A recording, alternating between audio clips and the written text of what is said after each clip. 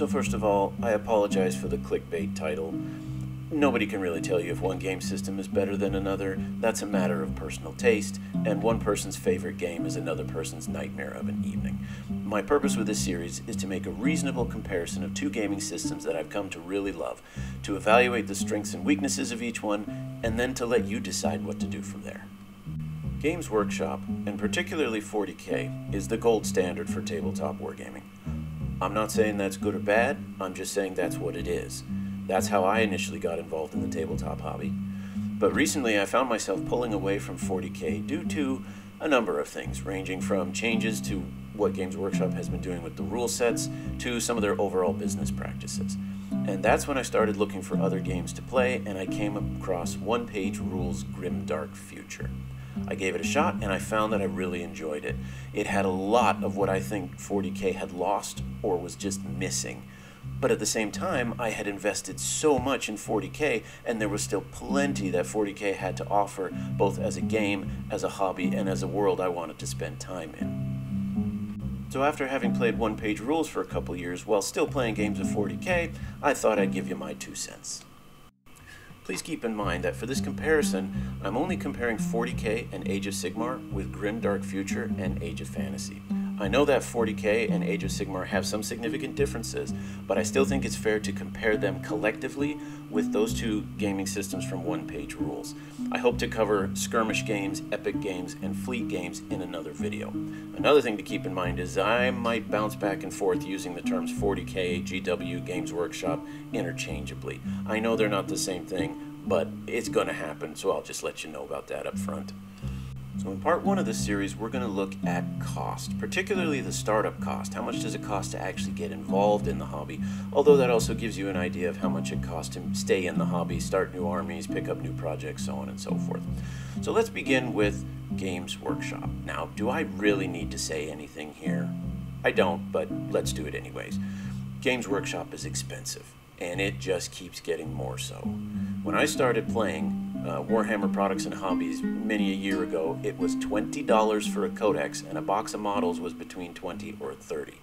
In 9th edition, a codex could be upwards of $50, and a single box of Space Marines was $60. Now I understand inflation and operating costs factor in there, but I also know that GW records a profit margin of between 30 and 40% each year. So while they are increasing prices to match the cost of doing business, they're also increasing prices to maintain a high margin, and they're passing that on to specific players. Now, to try and cut back on that, GW has introduced the Combat Patrol, and finally has given the basic rules away for free.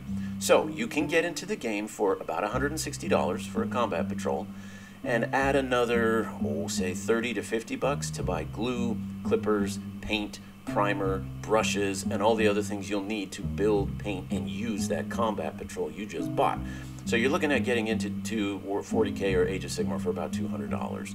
Now, they do have starter kits that come in 3 tiers, with the lowest tier being $65, the mid tier being $110. But if we look at those boxes, they don't have nearly enough stuff in them to do more than play a basic intro game like the one you'd play at a Warhammer store. You'd still end up having to spend at least another $100 to scale up to be able to play a real game. The top tier starter box does have 2 full armies, terrain, and dice, and you and a friend could split it at $105 a piece.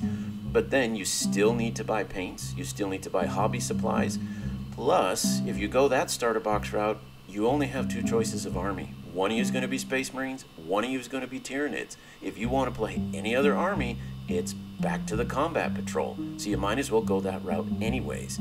So it looks like the cheapest way to get into the 40K or Age of Sigmar hobby is going to cost you somewhere around $200. Now that's still pretty darn good compared to, say, for example, a video game console. If you wanted to start up in that, a PlayStation 5 bundle that includes a single game is currently retailing for around $500. So tabletop wargaming still is cheaper than that. Next, once you're into the hobby, Games Workshop has a model monopoly. That is, you must use their models if you want to play in any of their gaming stores or in any tournaments. Now, you may get away with some proxying if you go to your friendly local gaming store, But you might run into a little bit of trouble if you bring an entirely different model line to a 40K game and try and explain to your opponent, well, this is what this is what that is. Now let's talk a bit about these not battle passes that GW has started selling, the expansion books.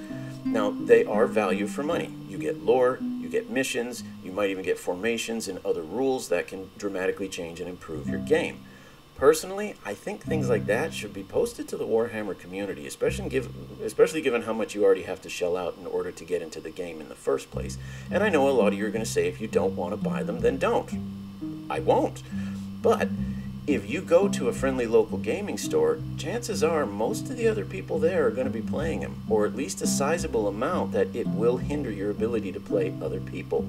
Because typically those books have rules that give an advantage to the person who bought them. So if you don't pay the money to keep up with the new releases, you're going to have a tougher time keeping up with those who do, especially if you're in the competitive scene. Last of all, let's talk about something that overall is a positive, but when combined with the prices, makes it a little less positive. And that's the absolute breakneck speed that GW is releasing new models, new expansions, new terrain, all of that stuff.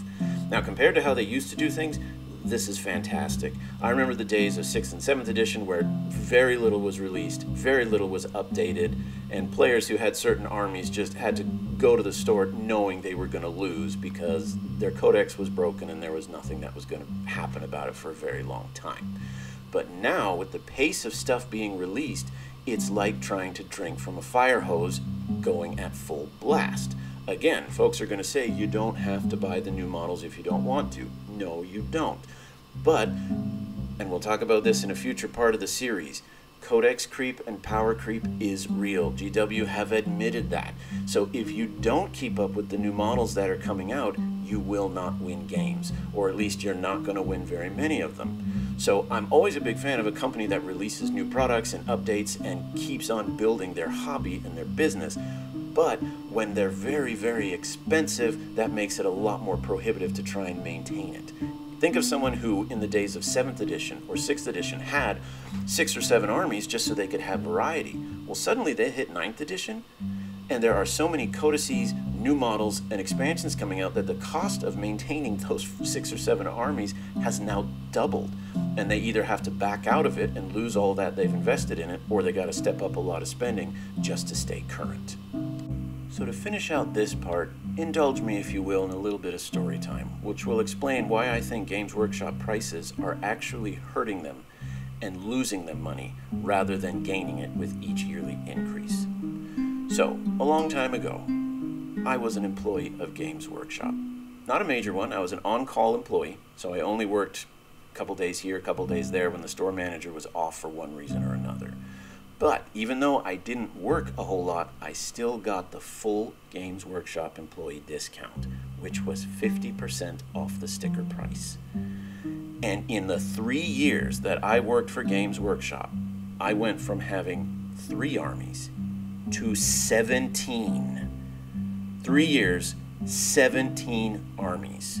Now, I'm not very good at math, but that's over a 5 times increase. So for half the amount of price, I spent 5 times as much money. Now, I realize with the price margin, that still probably came out at a loss for them. But the point here is, when the price suddenly dropped dramatically, I bought more on impulse than I ever thought I would. When I walked through the store, if I saw something, I'd turn it over, see the price tag, and think to myself, I actually pay half of that. Or I could get 2 of these for that price. And suddenly starting a new army wasn't that big of a deal. And I was willing to do it more often. So they got a ton more money out of me with a huge discount. And that 17 armies I collected, that's just 40K in Age of Sigmar. That doesn't include getting into Lord of the Rings, Blood Bowl, Necromunda, Titanicus, and most of the other one-off games they started. Because when I looked at the starter box, I thought, yeah, I'd be willing to try it out for that cost. Whereas once I stopped working for them, I quit going into those new hobbies, or those new one-off games. I quit buying new armies because it was just too darn expensive, and because I already had 17 that I was working with already. I had to start selling them off. Imagine when new codexes come around. I can't afford to buy 17 new codexes. So with 10th edition, they have gotten rid of that a bit, but still, just imagine having to buy the new data cards for 17 armies. And then every army gets new models and stuff. I was so invested in the hobby, I loved it, but I couldn't afford to stay that way at the standard cost. So GW, if you're listening, cut your prices dramatically. You will see your volume go through the roof. So now let's take a look at what One Page Rules does. Their main rulebook and all of their codexes, quote unquote, army lists, all that stuff, it's free.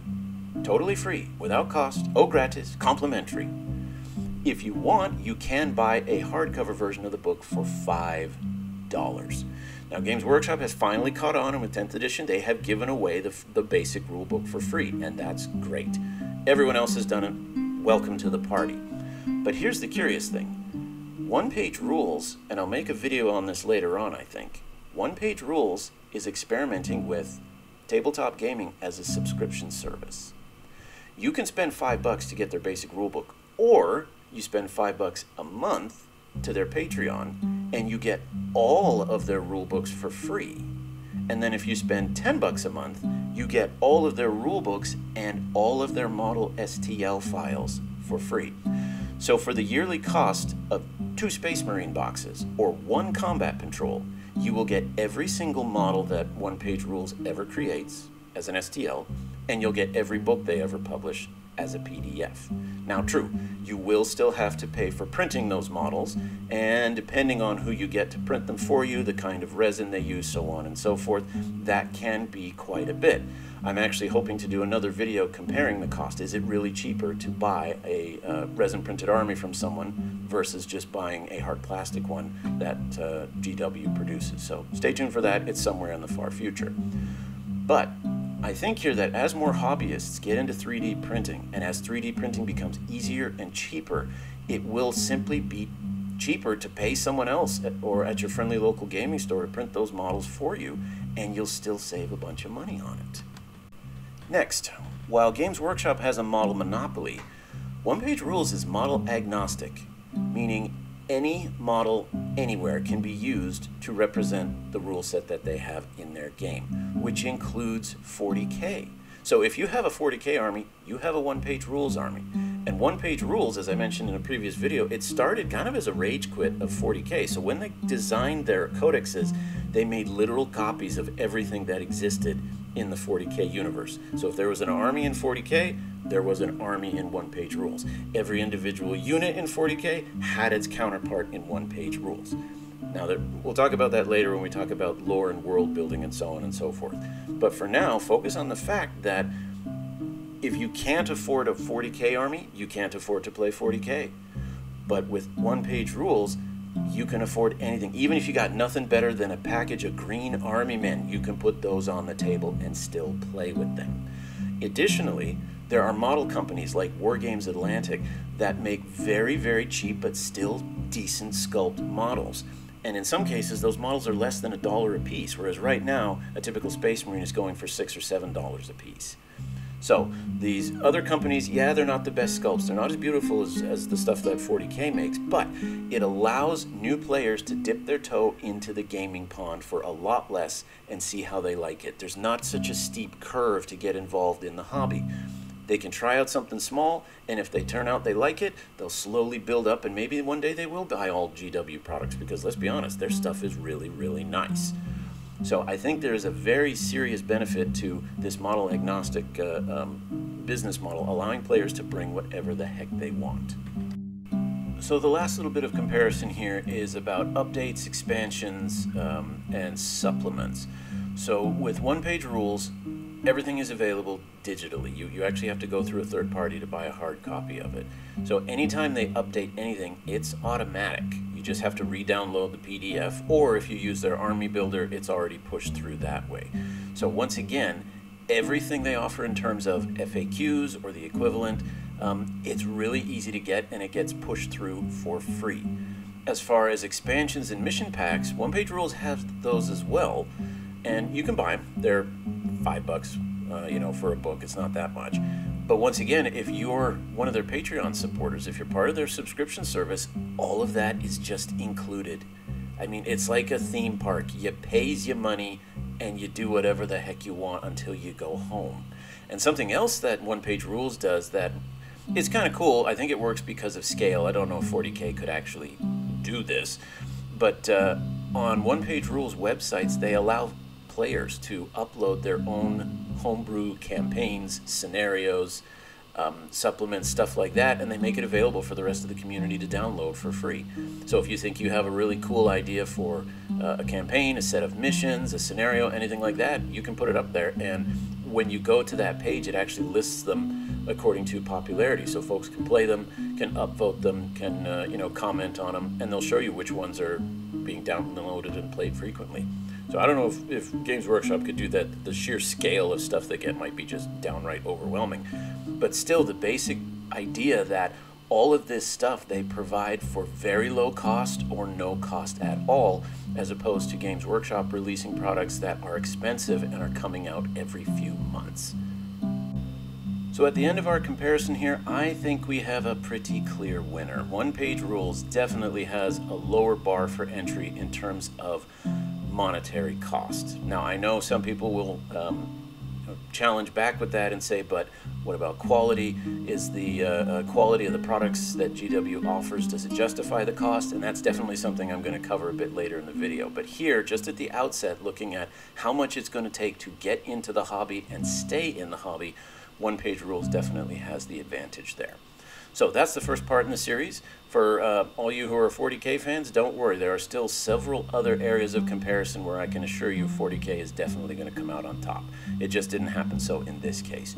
So in the next video, we're going to look at lore and world building for each of the gaming systems. So be sure to check back, and I will see you next time.